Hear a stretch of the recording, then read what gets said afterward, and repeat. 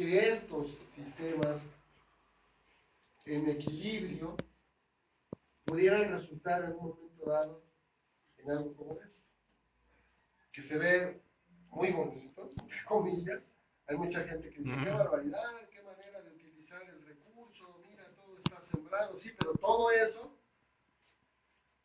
era un ecosistema equilibrado y ahora tenemos un montón de manchones pequeños que, si nos damos cuenta, a lo mejor son nada más 2 o 3 cosas diferentes, 2 o 3 productos vegetales diferentes. Estamos reduciendo la biodiversidad original y eso ocasiona problemas. Les voy a poner este caso.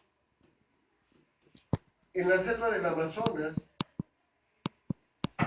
nosotros podemos ver una enorme diversidad de plantas, de árboles, de arbustos, etc. Y como consecuencia, una enorme diversidad de insectos, diferentes tipos de insectos.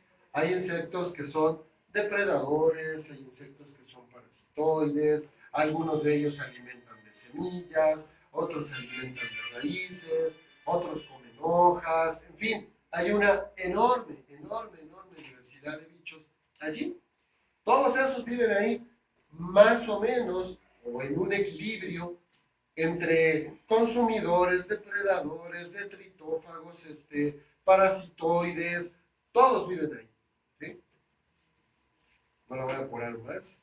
Inclusive algunos que se alimentan de plantas. ¿Sí?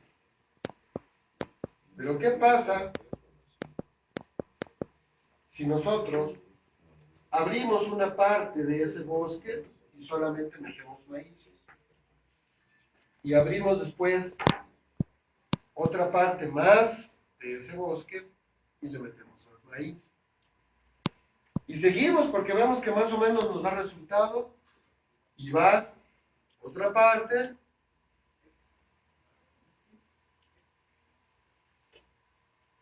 en donde metemos maíz y empiezan a reproducirse insectos que solamente se asocian al maíz, que se alimentan del maíz, que viven del grano almacenado, que viven de la raíz o de algún producto de maíz y seguimos abriendo. ¿Sí? ¿Qué estamos haciendo? ¿A qué favorecemos eso? Nuevamente, la presencia de algunos bichos, de algunos insectos que se alimentan del maíz. Ahí está, este podría ser un gusano cogollero, ¿verdad? Que ya estaba presente aquí, pero que al reducir la disponibilidad vegetal, la diversidad vegetal y favorecer solamente un cultivo, ese insecto se reproduce mucho más. ¿Sí? Ahí está una palomilla, que puede ser de granos almacenados, alimentarse de granos almacenados. Hay una cantidad suficiente de recursos para que esos insectos se reproduzcan y no los otros. Hay también algunos depredadores que están asociados a la plaga que se reproducen también. ¿Sí? Por supuesto, viven de ellos. Ahí están, hay más depredadores. ¿Sí? Pero ¿qué pasa si cuando hay el cultivo hacemos una aplicación de insecticidas? Pues obviamente vamos a tener esto, situaciones como esta, que nos generan problemas. Ahí están, un montón de pulgones en un cultivo, le estamos dando de comer a los pulgones, y muchas veces, si decimos, hay que meterle más nitrógeno para que crezca más la planta, se ha visto que la sobrefertilización con nitrógeno llama la atención a las plagas. Hay comida y llegan más. Obviamente, hay algunos enemigos naturales de los pulgones, porque si hay pulgones, alguien se tiene que alimentar de ellos y ahí están. Pero una vez más, hacemos una aplicación contra los pulgones y lo que tenemos después es puros pulgones y pocos enemigos naturales. O sea, el insecticida se lleva, mata mucho más fácil a los enemigos naturales porque siempre están en menor cantidad que el insecto plaga, que se reproduce de manera exagerada cuando tiene una muy buena cantidad de recursos, ¿no? Entonces, ese uso indiscriminado de productos químicos que ustedes ya han visto en sus parcelas, en algunos momentos genera un éxito inmediato, ¿sí? Pero el uso excesivo de ellos ha generado muchos problemas, como el problema de resistencia que ya tienen los insectos a los insecticidas, aumento en el número de aplicaciones. Antes a lo mejor decían, bueno, con una aplicación que hagamos para pulgón, baja la población, pero después de unos años hay que hacer 2 o 3 aplicaciones, o resurgen insectos que son plaga, muerte de enemigos naturales, hay plagas secundarias, en fin, ¿sí? Todos estos problemas se generan al hacer un manejo, como hasta la fecha se ha hecho, de los insectos plaga, ¿sí? Lo que necesitamos nosotros es que estos dos insectos, los citófanos y los enemigos naturales, estamos ocasionando una interrupción, una interferencia en el equilibrio entre ellos. ¿Qué pasa cuando tenemos esa interferencia en el equilibrio? Los enemigos naturales bajan y los insectos fitófanos suben sin ningún problema hasta superar ese nivel máximo de tolerancia y entonces se convierte en plaga, ¿sí? Aprovechando la foto anterior, ¿Sí? y en virtud de que aquí está reunida gente que da asistencia técnica, productores exitosos en agricultura, vale la pena comentar que en estos momentos la apicultura mundial, la apicultura nacional, está atravesando por un problema muy, muy fuerte, muy grave. En estos momentos, y se está demostrando, tengo un artículo por ahí, a quien le interese se lo puedo llegar, universidades europeas están encontrando que el fenómeno del colapso de las colmenas, que es un fenómeno que está en estos momentos haciendo crisis en la apicultura mundial, se considera que ya desaparecieron cerca del 40-50% de las colonias de abejas en el mundo, lo cual es muy grave. Nos debe de poner en alerta a técnicos, agricultores y a la sociedad en su conjunto. Si están perdidos, como ya se perdieron ese 50% de colonias de abejas, los efectos colaterales por fenómeno de no polinización sistemático que hace, pues va a traer problemas. De hecho, ya se están sintiendo. Se encuentra en este estudio que el problema más fuerte es el uso de agroquímicos. Entonces el llamado es para que quienes utilizan agroquímicos de manera indiscriminada, quienes tenemos en estos momentos todavía la visión monetarista de sacar billetes a precio que sea, al costo que sea, pues los invito para que lo reflexionen, porque tarde que temprano nos va a pegar a todos. Y el problema ya inició.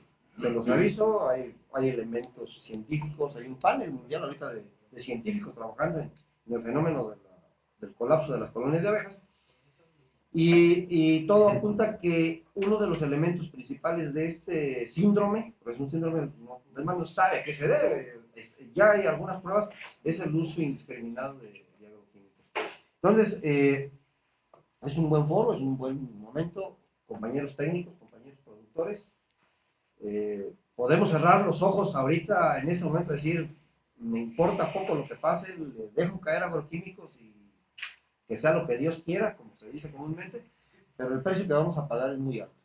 Entonces, el efecto es que la abeja entra en contacto con el agroquímico, se afecta su sistema nervioso central, se desorienta y ya no puede regresar a su colmena. Y esto trae consigo infinidad de todo un proceso biológico que es parte importantísima de la cadena alimenticia.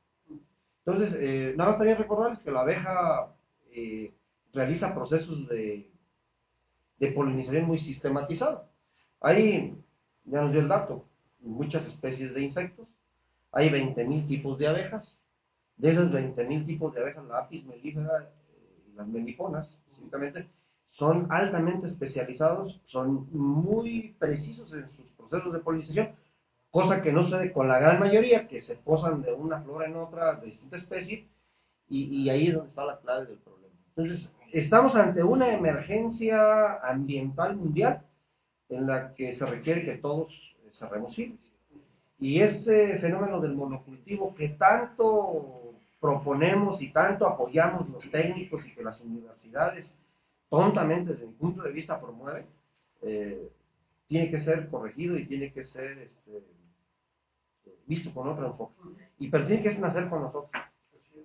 Entonces, Por eso es un poco esta presentación que tiene que ver con la biodiversidad y el diseño, cómo diseñar ecosistemas o agroecosistemas más sustentables, digamos, ¿no? Que puedan soportar de una mejor manera la presencia de organismos plaga, cómo manejarlos de una manera más adecuada.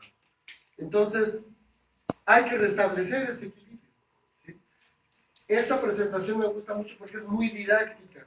Ustedes van viendo muy claramente de la manita, casi cómo es que se van dando las cosas, ¿no?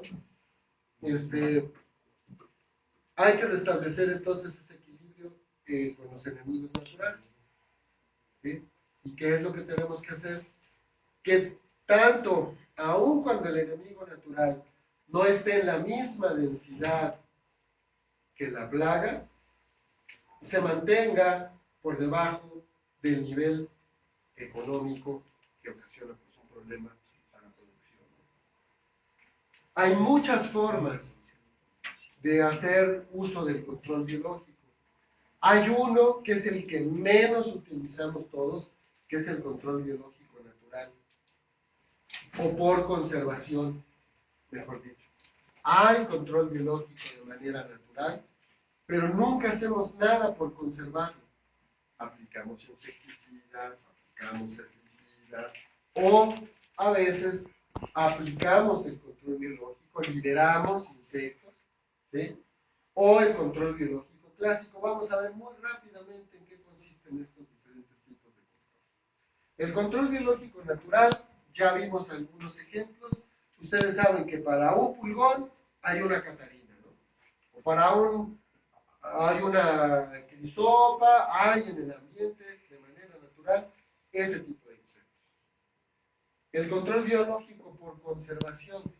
Si nosotros tenemos insectos que son plaga y de manera natural hay algunos que son benéficos, lo que tenemos que hacer es introducir algunas medidas de conservación de la diversidad. Aquí está, estas barras indican otras especies vegetales que pueden hacer que los enemigos naturales se incrementen, ¿sí?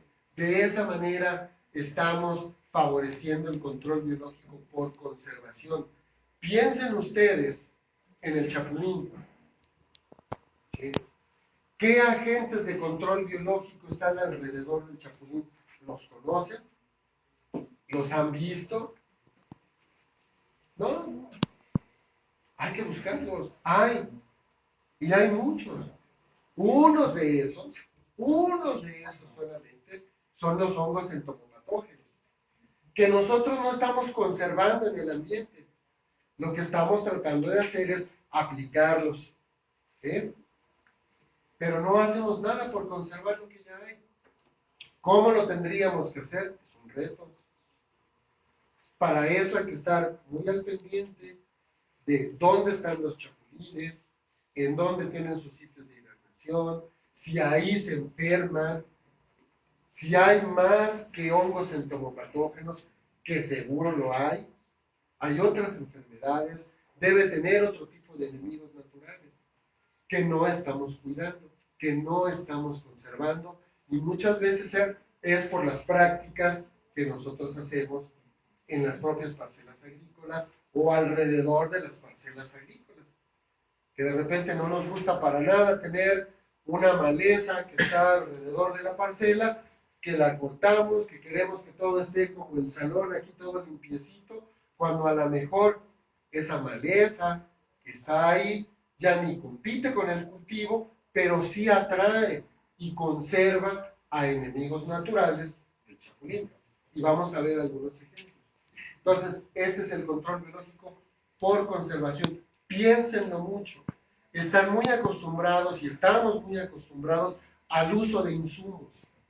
Como venimos de la historia esta del uso de insumos, de los paquetes tecnológicos, de la aplicación de insecticidas, pues ahora pasamos de un modelo en donde se aplicaban insecticidas químicos a un modelo de sustitución de insecticidas químicos y ahora los sustituimos por biológicos, pero seguimos dependiendo del uso de insumos. Antes eran químicos, ahora son biológicos, pero el chiste es no depender de ellos. El chiste es tener agroecosistemas que por sí mismos tengan la capacidad de responder a los cambios que se están provocando, ¿sí? Entonces, eso es por conservación. El aumentativo, ¿ahí qué pasa? Tenemos otra vez un cultivo con pulgones, con catarinitas, ¿y qué es lo que hacemos? Aplicamos, liberamos catarinas o liberamos hongos entomopatógenos y aumentamos la cantidad de benéficos que hay en el ambiente, ¿sí? Este es el que más estamos utilizando nosotros. El que si tenemos un problema, échale, para que se aplaque tantito y lo controlamos. ¿Cuánto tiempo? ¿Quién sabe? Si estaba por inundación, ¿no?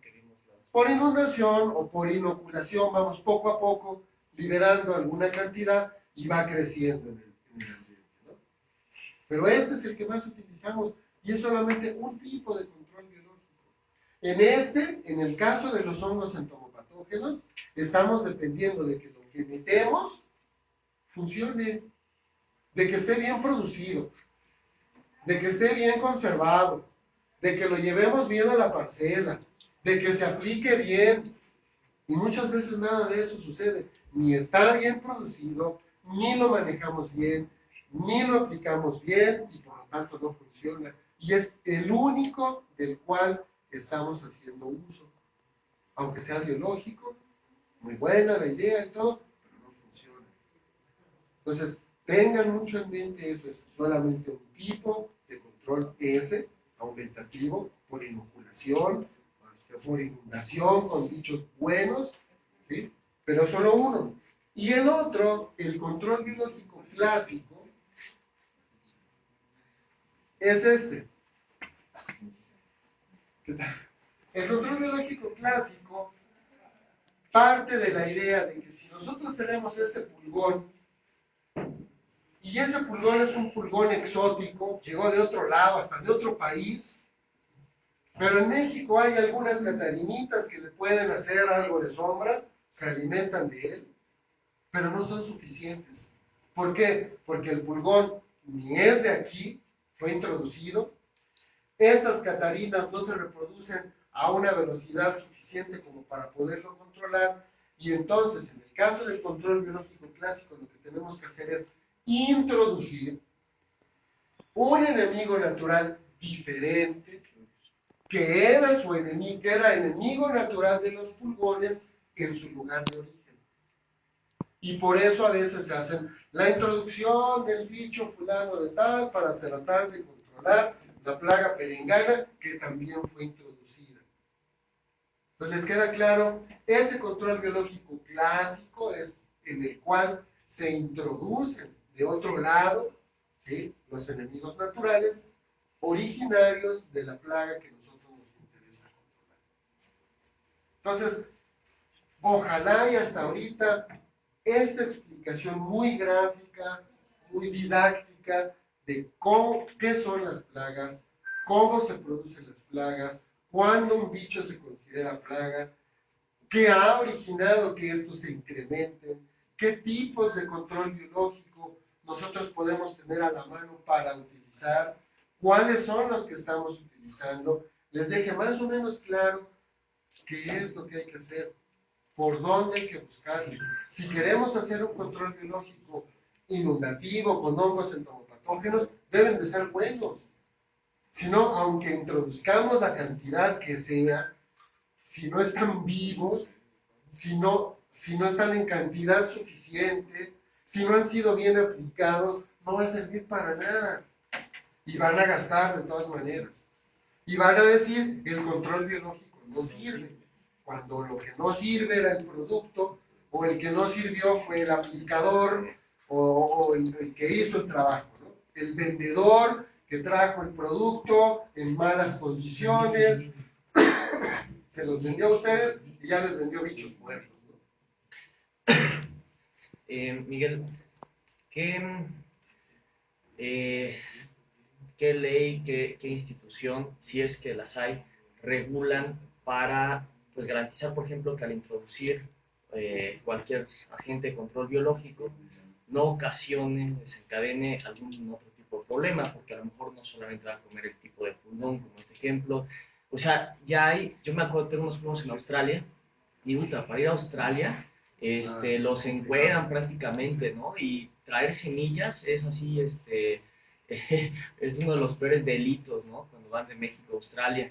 Y ahí está así muy investigado, en fin, sobre los impactos que tienen de entrar a poblaciones nuevas a un ecosistema más o menos cerrado. Ajá. Aquí en México hay algo así, por ejemplo, que asegure que si se va a utilizar, recuerdo una pregunta de la sesión pasada, el impacto sobre las poblaciones de abejas del hongo que se aplicó para el chapulín, que no recuerdo el metarrismo. O sea, sí hay alguna, no sé, certificación, alguna dependencia que sea quien, pues, revise esto antes de que salgan los productos. Mira, en el caso de la introducción así masiva de agentes de control biológico, se ha hecho mucho con depredadores y parasitoides. El Sanidad Vegetal está encargado de hacer eso y sé que lo hace. Eso es una cosa. Sí, perdón. Nosotros tuvimos una experiencia, empezó hace 2 años aquí en Michoacán. Hice el comentario la vez pasada, como se ha platicado, y ahorita con este tema, aquí en Lázaro Cárdenas se introdujo lo que fue la plaga de cochinilla rosada. Entonces, como comenta el biólogo Miguel, es una plaga introducida. Para eso se tuvieron que reproducir depredadores y parasitoides. La dependencia está en Nayarit, es una dependencia que está con registro ante Zagarpa, ante la dirección donde están reproduciendo esos agentes de control biológico. En Lázaro a mí me tocó hacer esos controles. Mucha gente nos comentaba y al estar soltando los insectos, que si esos insectos no iban a ocasionar algún mayor problema. Entonces, a lo que yo entiendo, o a las pláticas que nos dieron sobre el control biológico, en cuestión a estos depredadores y parasitoides que se estuvieron utilizando para el control de cochinilla rosada, nos decían que precisamente ya el laboratorio los hace específicos para atacar la plaga.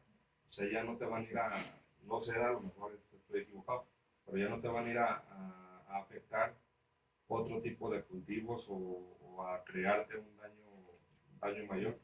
Los hacen específicos. A lo mejor ahí sí tengo algo de duda, pero por lo que siempre nos externaba la gente que llegamos a traspatios, esta plaga se introdujo en zona urbana, jardines, todo ese tipo controlamos y llegábamos y soltábamos con botecitos los insectos. Oye, a futuro, ¿no crees que esto vaya a ser algún problema? Pues no, la verdad no creo, porque los hacen específicos, nomás para matar esta plaga. Y mientras no tengan la comida que ellos deben de tener, pues van a morir. Que era lo que les comentaba hacer la gente de grandes rasgos. Que dice, no, que al rato ustedes van a ser los desastrosos por andar soltando insectos de Claro, pero ahí es porque Senacica quien da una autorización, digo, para puntos químicos, ¿no?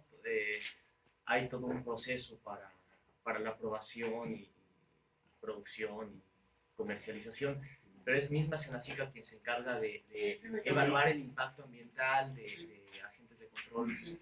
Y lo hacen mucho cuando hay introducción de agentes, Sí, pero no lo hacen, no hay un seguimiento muy específico la calidad. Con pequeños laboratorios que están produciendo todos los días patógenos o algún bicho de estos, ¿no? Cuando hay ese tipo de plagas introducidas y hay que introducir parasitoides, etcétera, se hace con cuidado. Aún así, muchas veces los enemigos naturales introducidos rebasan lo que se esperaba y llegan hay enemigos naturales, hay una catarinita en Estados Unidos que la introdujeron para control biológico, que ahora es un problema. ¿Sí? Entonces, nunca puedes decir estoy absolutamente seguro de que no va a pasar nada, ¿no? ¿Sí? Sobre todo en el caso, por ejemplo, de las catarinas, que son depredadores, son mucho menos específicos que los parasitoides. ¿Sí? Hace falta, definitivamente en México, una mucho mayor regulación en la producción de agentes de control biológico a nivel local o regional, ¿no? Cuando se hacen introducciones, yo he visto a la gente del Centro Nacional de Referencia de Control Biológico en Tecomán, hacen un trabajo muy serio, son muy profesionales, hacen una buena cantidad de evaluaciones, son cuidadosos, digamos. A largo plazo, todavía a veces no se sabe muy bien qué puede suceder, ¿no? Hay medidas que te dicen, bueno, no pasa nada, pero podría suceder en algún momento dado, ¿no? Bueno, lo que pasó en el lago de Buceo, ¿no? Que fue meter una especie para que comiera el lirio, y lo que acabó fue que se siguió comiendo el pescado. Ahí sí ya no hubo. ¿Cuál especie? No recuerdo qué especie fue la que controlaba el lirio. ¿Un insecto? No, es un pez. Era un pez. Un pez, y dejó y se olvidó del lirio. No, ese está acá en la presa de Infiernillo. Pero llegan a darse esos manatíes. Vamos a seguir porque si no, nada más algunas ideas más sobre cómo insistir en el control biológico por conservación, que es el que menos utilizamos. Estamos, vuelvo a repetir, muy acostumbrados a aplicar y a usar insumos el tipo que sea, ya sea químico. Ahora nos ponemos la camiseta de verdes y aplicamos cuestiones biológicas. Pero, ¿cómo conservar lo que ya hay? Algo muy importante son las flores, ¿sí? Porque en las flores llegan bastantes enemigos naturales, ¿sí? Que pueden alimentarse de pez, que se alimentan del néctar, del polen, etc. Y que muchas veces las hacemos a un lado de los agroecosistemas. Con mucha frecuencia las quitamos. No queremos verlas alrededor de la parcela y si no les aplicamos insecticida, sí pasamos por ahí con una desbrozadora y se desaparecieron. Ustedes conocen quizás, les voy a pasar uno, por aquí van, perdón. Nada más una duda, el uso de feromonas y control de brujas, ¿a qué método de control pertenece corresponde? Podría utilizarse las feromonas, por ejemplo, para... Al convertir que esos biológicos es control. ¿Qué sistema de control? Varios y las feromonas a qué pertenecen. Son semioquímicos, no está dentro de ninguno de estos tipos de control biológico, son otro tipo de ¿No control. se considera control biológico? No. Es como monitoreo. Muchos Y lo hacemos en la intensidad de la captación. Tal vez ya lo tenemos nosotros consideramos un buen control. También es control, no Porque solo sí, para- pero muchas personas no te lo toman. O sea, monitoreas para ver cuándo es el problema, en qué lugar. No. Y Es que vamos, Y- se refiere que no es, y no lo es que un utilizas es un referente, no, no es un agente químico, no es pero un son control sustancias que utilizas. Es química, o sea, sintéticos. Pero de los... pero Pero sí se utiliza como mecanismo de control. ¿verdad? Sí, Sí, de pero monitoreo, no lo toman. en la mayoría de los nosotros casos sí. es como monitoreo, pero también puede ser una medida de El control. maíz y el maguey. Sí. Sí, lo que pasa es que, de acuerdo a lo que lo tomes, si es intensivo o aislado. Y si es intensivo, si lo haces como control. No deja de ser un método de control. Sí. alternativo, Sí, digamos. es alternativo. Sí. O de manejo de población. Hay gente que inclusive dice, yo lo considero como parte del control biológico, ¿no? Como una herramienta. Son puntos de vista, ¿no? Lo importante es que se usan, sirven para monitorear simplemente o como una medida de control biológico, ¿sí?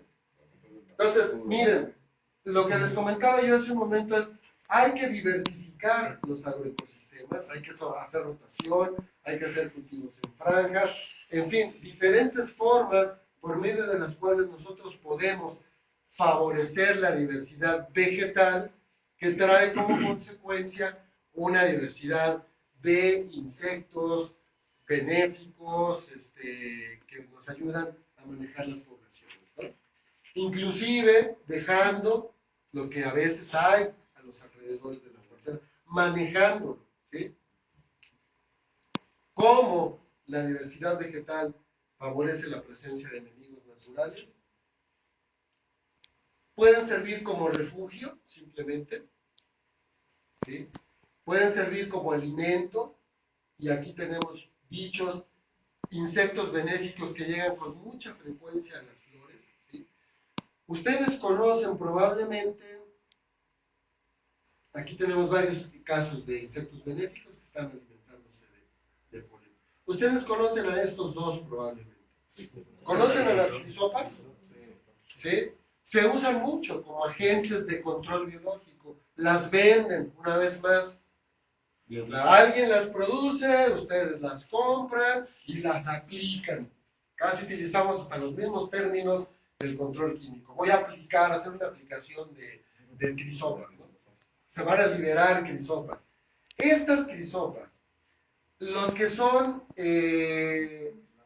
agentes de control biológico son las larvas. Los adultos no. Estos se alimentan de polen, de néctar. ¿Qué pasa si ustedes compran una buena cantidad de huevecillos, las colocan en un cultivo, las liberan y en un momento dado ejercen una función como agente de control biológico? Pero este va a crecer, la larva va a crecer, va a llegar a ser un adulto. Y si el adulto no tiene alrededor plantas de las cuales alimentarse, se va a morir. Y el próximo año, otra vez ahí van a comprar crisopas, las vuelven a liberar, quién sabe si las liberen en la mejor época, ¿sí? Pero ya las están liberando. Nuevamente, acaban con las flores que hay a los alrededores y el adulto se va a morir. ¿Y cómo lo conservaron? Nunca lo conservaron. En el ambiente, en el campo, de manera natural, hay crisopas, pero no las conservamos. Hay sílfidos, que son otros enemigos naturales, no, y que el adulto también se alimenta de néctar, de polen, etc. Y la larva es depredador. ¿Cómo los conservamos? Nunca los conservamos. Aplicamos y aplicamos y aplicamos o quitamos las flores que hay alrededor y no les damos chance de que se manifiesten.